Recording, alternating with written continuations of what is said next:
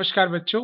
आज हम 7वीं कक्षा के हिंदी विषय में बाल महाभारत कथा को पढ़ने जा रहे हैं। हम पढ़ेंगे भीष्म प्रतिज्ञा पाठ 2। इससे पहले हमने पाठ 1 पढ़ा था देवव्रत। तो हमने देखा कि किस तरह से शांतनु राजा जो थे तो गंगा से उनकी एक संतान हुई देवव्रत जिसका नाम था। अब हम आगे पढ़ते हैं। तेजस्वी पुत्र को पाकर राजा प्रफुल्लित मन से नगर को लौटे और देवव्रत राजकुमार के पद को सुशोभित करने लगा। तो ये वही पुत्र है, गंगा का पुत्र देवव्रत। और राजा कौन है? ये शांतनु, और उसको राजकुमार बना दिया। 4 वर्ष और बीत गए। एक दिन राजा शांतनु यमुना तट की ओर घूमने गए तो वहां अप्सरा से सुंदर एक तरुणी खड़ी दिखाई दी। तरुणी का नाम सत्यवती था।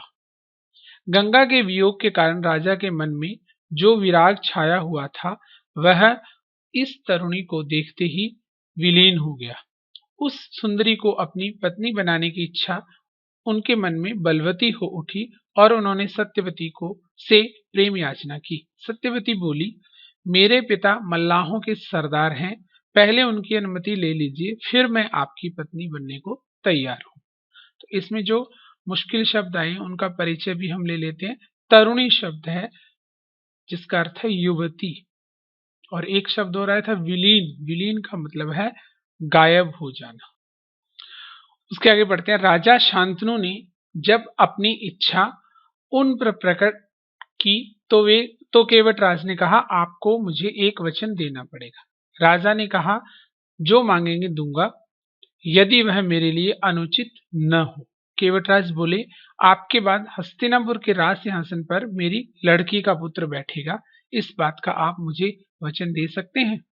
केवटराज की यह शर्त राजा शांतनु को नागवार लगी। गंगा सुत को छोड़कर अन्य किसी को राजगद्दी पर बैठाने की कल्पना तक उनसे न हो सकी। निराश और उद्विग्न मन से वह नगर की ओर लौट आए।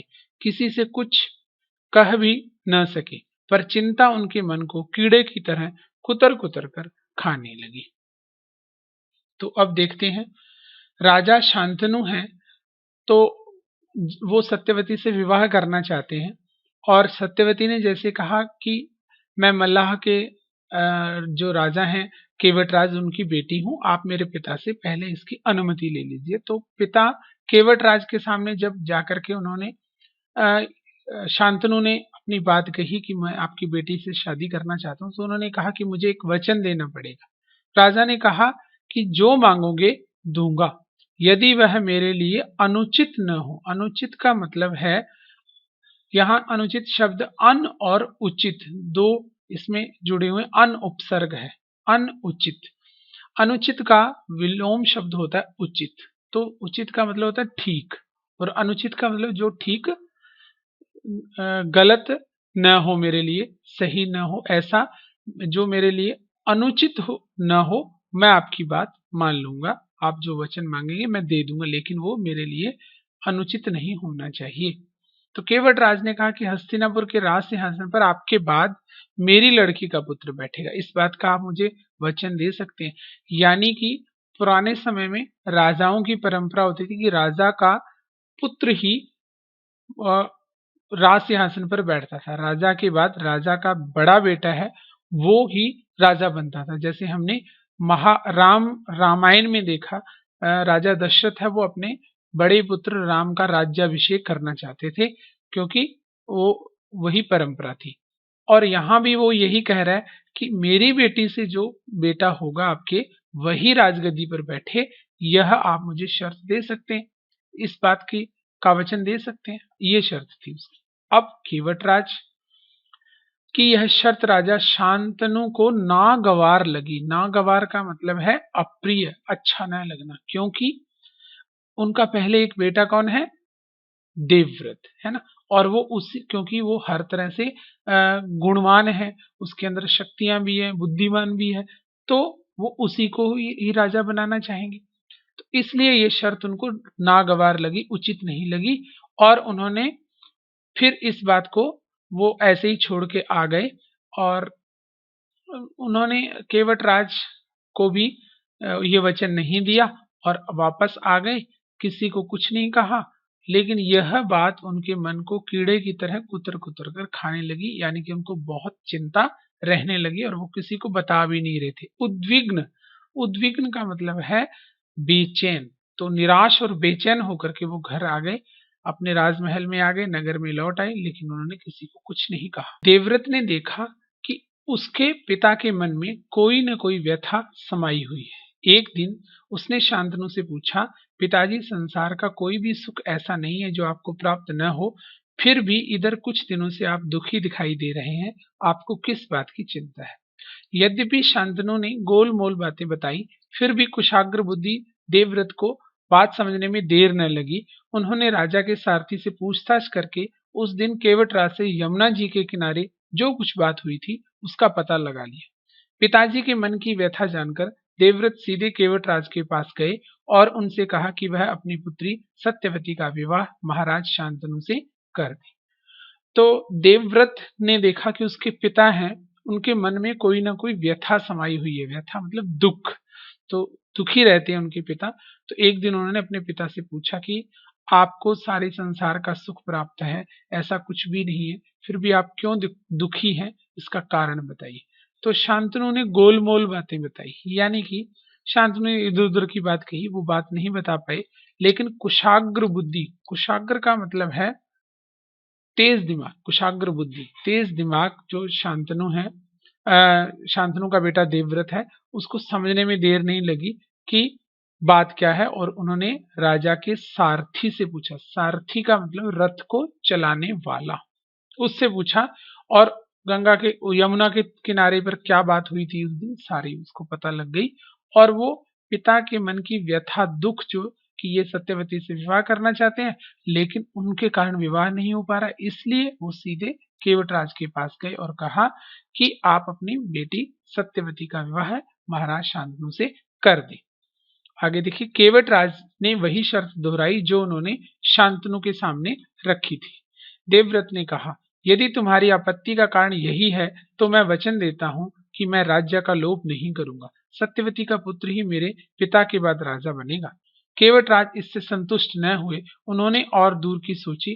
बोले, आर्यपुत्र, इस बात का मुझे पूरा भरोसा है कि आप अपने वचन पर अटल रहेंगे, किंतु आपकी संतान से मैं वैसी आशा कैसे रख सकता हूँ? आप जैसे वीर का पुत्र भी तो वीर ही होगा।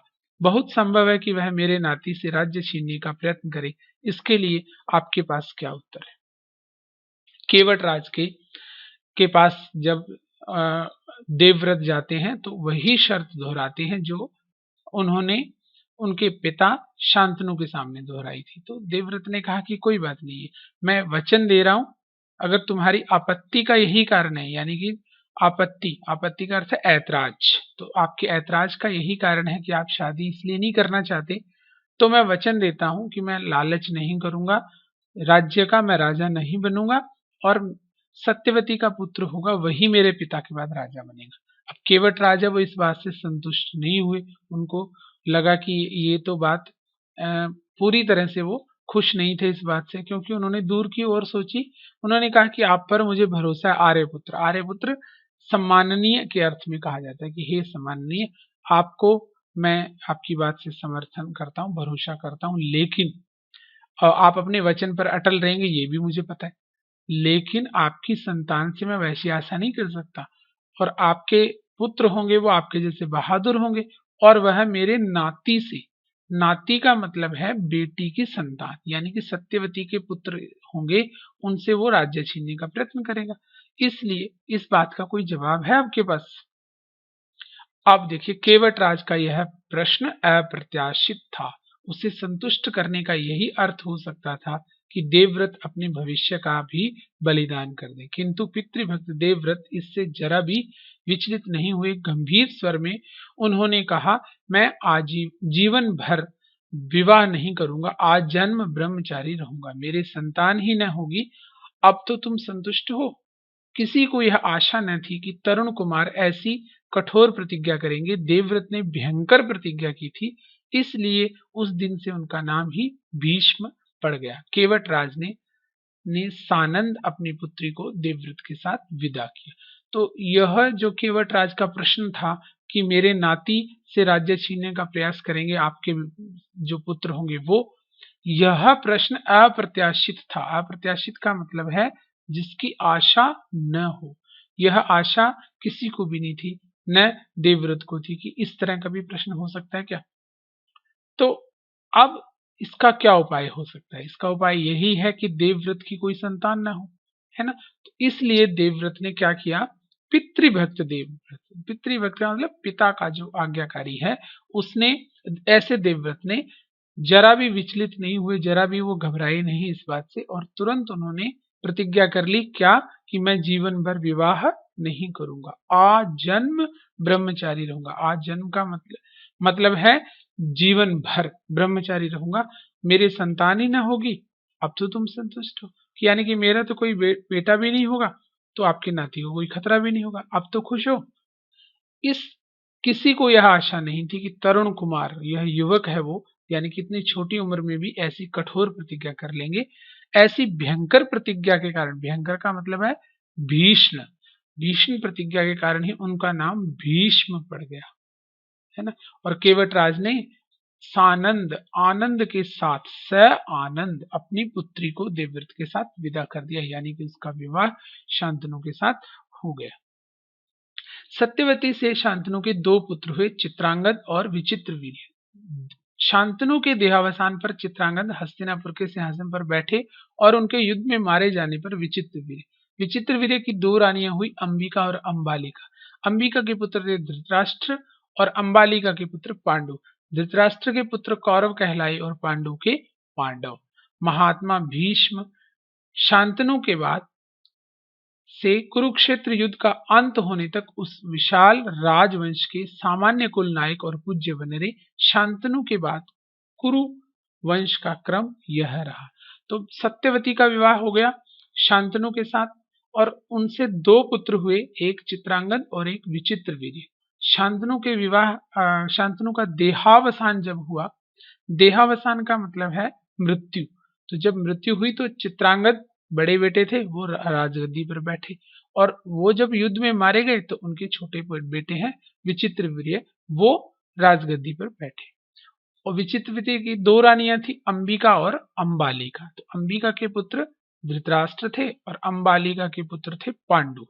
धृतराष्ट्र के आगे जो पुत्र हुए वो कौरव कहलाए और पांडु के पांडव कहलाए। और भीष्म जो देवव्रत नाम से जिनका जन्म हुआ था और भीष्म उनका नाम पड़ा था, वे शांतनु के बाद कुरुक्षेत्र युद्ध का अंत होने तक, यानी कि महाभारत की समाप्ति तक, विशाल राजवंश के सामान्य कुल नायक रहे। कुल नायक का मतलब है कुल यानी कि वंश का, नायक यानी कि मुखिया, तो मुखिया बने रहे, सामान्य तौर पर राजगद्दी पर नहीं बैठे। और शांतनु के बाद का कुरु वंश का क्रम यह रहा, यानी कि उनके कुल का वंश का क्रम कैसा था, कौन कौन आगे पैदा हुए। तो यहाँ देखिए सबसे पहले शांतनु, यहाँ से उनका वंश शुरू होता है कुरुवंश, जिनकी दो रानियां थी गंगा और सत्यवती। गंगा से देवव्रत का जन्म हुआ और देवव्रत के आगे क्योंकि उन्होंने प्रतिज्ञा ले ली थी इसलिए उन्होंने विवाह नहीं किया, कोई संतान नहीं हुई आगे, ये यही क्रम रुक गया। लेकिन आगे चित्रांगद और विचित्रवीर्य ये दो सत्यवती के बेटे हुए। चित्रांगद की मृत्यु हो गई थी इसलिए आगे वंश नहीं बढ़ा, लेकिन विचित्रवीर्य की दो रानियां थी अंबिका और अंबालिका। तो अंबिका से जो पुत्र हुआ उसका नाम था धृतराष्ट्र और अंबालिका से पुत्र हुआ उसका नाम था पांडु। और धृतराष्ट्र से जो आगे पुत्र हुए 100 जिनकी संख्या बताई जाती है वो कौरव कहलाए और पांडु जिनकी संख्या 5 है वो पांडव कहलाए। तो ये है कुरुवंश का क्रम, इस तरह से कुरुवंश है वो आगे बढ़ा। हमने और भी आगे पढ़ा है, आगे भी और पढ़ेंगे हम। तो जितना आज पाठ पढ़ा उसके आधार पर हम गृह कार्य देखते हैं। सबसे पहला प्रश्न पाठ्य पुस्तक से अभ्यास में से प्रश्न है 7। इस पुस्तक में भरतवंश की वंशावली दी गई है, तुम भी अपने परिवार की ऐसी एक वंशावली तैयार करो। इस कार्य के लिए तुम अपने माता पिता या अन्य बड़ों से मदद ले सकते हो। वंशावली का मतलब है आप वंश में कौन कौन पैदा हुए, जैसे हमने देखा शांतनु के आगे वंश में कौन कौन पैदा हुए, कौरव पांडव, यहाँ तक का हमें इसमें एक फैमिली ट्री बना के बताया गया है। तो हम भी अपना एक फैमिली ट्री बनाएंगे, आगे उसकी चर्चा करूंगा। पहले अन्य प्रश्नों में देख लेते हैं। पहला प्रश्न, देवव्रत का नाम भीष्म क्यों पड़ा? तो उन्होंने अपने पिता शांतनु का सत्यवती से विवाह करवाने के लिए एक भीषण प्रतिज्ञा ली थी कि वे आजन्म ब्रह्मचारी रहेंगे। इस भीष्म प्रतिज्ञा के कारण, भयंकर प्रतिज्ञा के कारण उनका नाम भीष्म पड़ा। ऐसे अपने अपना उत्तर बनाना है। दूसरा है, शांतनु के बाद कुरुवंश का क्रम जन्मेजय तक लिखो। यहां मैं थोड़ा सा इसको चेंज कर रहा हूं। आपने जो अभी फैमिली ट्री देखा था, उस फैमिली ट्री को वैसा शांतनु से लेकर के और कौरवों पांडवों तक बना लेना, लेकिन यहां मैंने बताया आपको जन्मेजय तक आपने लिखना है। तो आपने देखना है कौरवों का वो जो फैमिली ट्री का लाइन है वो वहीं तक खत्म होगा। आगे पांडवों में आपने नीचे लिख देने हैं कि पांडव हैं जो हुए वो 5 पांडव थे, है ना। तो 5 पांडव थे, जैसे आप वहां लिख सकते हैं, पढ़ेंगे आप तो और ज्यादा पता चलेगा कि पांडु की 2 पत्नियां थी, कुंती और माद्री। लेकिन अभी आप नहीं लिखते, कोई बात नहीं, 5 पांडवों के नाम लिख दीजिए वहां पर। और कुंती के 3 पुत्र हुए, माद्री के 2 हुए, मिलकर के 5। अब इनके आगे अर्जुन का जो पुत्र हुआ वो कौन हुआ? अभिमन्यु। और अभिमन्यु के आगे पुत्र कौन हुए? परीक्षित। और परीक्षित से आगे कौन हुआ? जन्मेजय। तो इस तरह से ये वंश वहां तक जाएगा जहां तक कि हमें पता है। तो ऐसे आप उस फैमिली ट्री को और आगे बना लीजिए, कोशिश कीजिए बनाने की, बना पाएंगे आप। तीसरा प्रश्न वही है, अपना वंश क्रम, जो ऊपर 7वां प्रश्न था ना, वही यही अपना वंश क्रम यानी कि वंश वृक्ष, फैमिली ट्री बनाकर लिखो। अब आप अपने पेरेंट्स की हेल्प ले सकते हैं, अपने फादर की हेल्प लीजिए, लेकिन आप कहां से शुरू करेंगे, है ना। तो जितना आपके पापा को पता है, यानी कि पापा को अपने दादाजी का नाम पता है, और कुछ कुछ ऐसे भी पापा हो सकते हैं जिनको दादाजी के पापा का भी नाम पता है। नहीं पता तो कोई बात नहीं, है ना। दादाजी से कम आप बना लीजिए, पापा को पता है, पापा के दादाजी जो थे, तो फिर वो आगे वो बता देंगे कि कितने उनके पुत्र थे, कितनी संतानें थी, आगे कैसे कैसे कहां तक, आप लास्ट तक। और लास्ट में आप जहां मैं ऐसा लिखिए कि ये यहाँ मैं हूं और ये हमारा फैमिली ट्री है, बनाने की कोशिश कीजिए। और इस प्रश्नों ये जो प्रश्न है इनका उत्तर लिखने का प्रयास कीजिए, और इस पाठ को अच्छे से पढ़िए और ये काम पूरा कर लीजिए। जल्द ही मिलते हैं हम अगले वीडियो में अगले पाठ के साथ। तब तक आप सबका बहुत बहुत धन्यवाद।